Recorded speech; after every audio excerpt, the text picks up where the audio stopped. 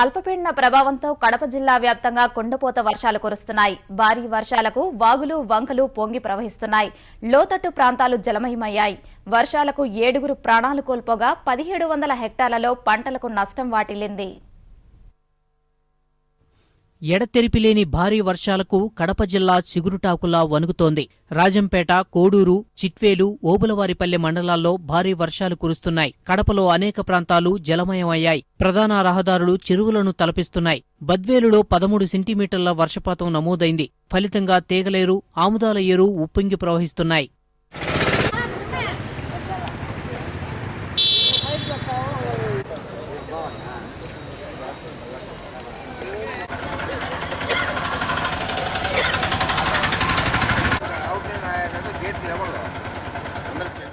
దాదాపు 6 రోజులుగా కురుస్తున్న వర్షాలతో 20 ఏళ్లుగా నిండని చెరువులు జలకలను సంతరించుకున్నాయి. ప్రాజెక్టులోకి భారీగా వరద నీరు చేరింది. సీకేదిన్నె మండలంలో బొగ్గవంక ప్రాజెక్టుకు వరద నీరు పోటెత్తడం వల్ల 4 గేట్లను ఎత్తి దిగువకు నీటిని విడుదల చేశారు. 15 ఏళ్ల తర్వాత బొగ్గవంక జలాశయంలోకి చేరిన నీటిని చూసి రైతులు సంతోషం వ్యక్తం చేస్తున్నారు. పించ, జరికోన, వెలిగల్లు, కుషావతి ప్రాజెక్టులు నిండు కుండను తలపిస్తున్నాయి. రాయచోటి నియోజకవర్గం, నందలూరు, రాజంపేట, రైల్వే కోడూరు ప్రాంతాల్లో వాగులు వంకలు పొంగి ప్రవహిస్తున్నాయి.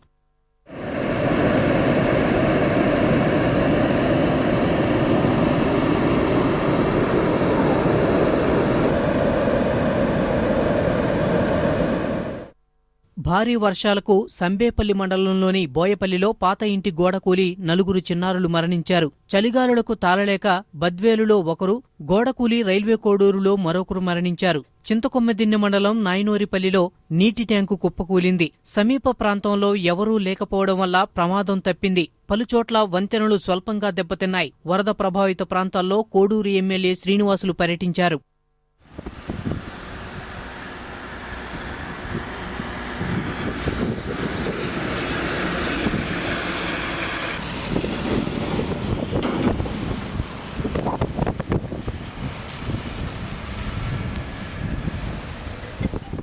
కడప జిల్లాలో వరద ప్రభావిత ప్రాంతాల్లో పర్యటించిన మంత్రి గంట బాధితులకు పూర్తి సహాయ సహకారాలు అందించాలని అధికారులను ఆదేశించారు. రెవెన్యూ ఆఫీసర్స్ ఉన్నారు, ఇంజనీర్స్ ఉన్నారు.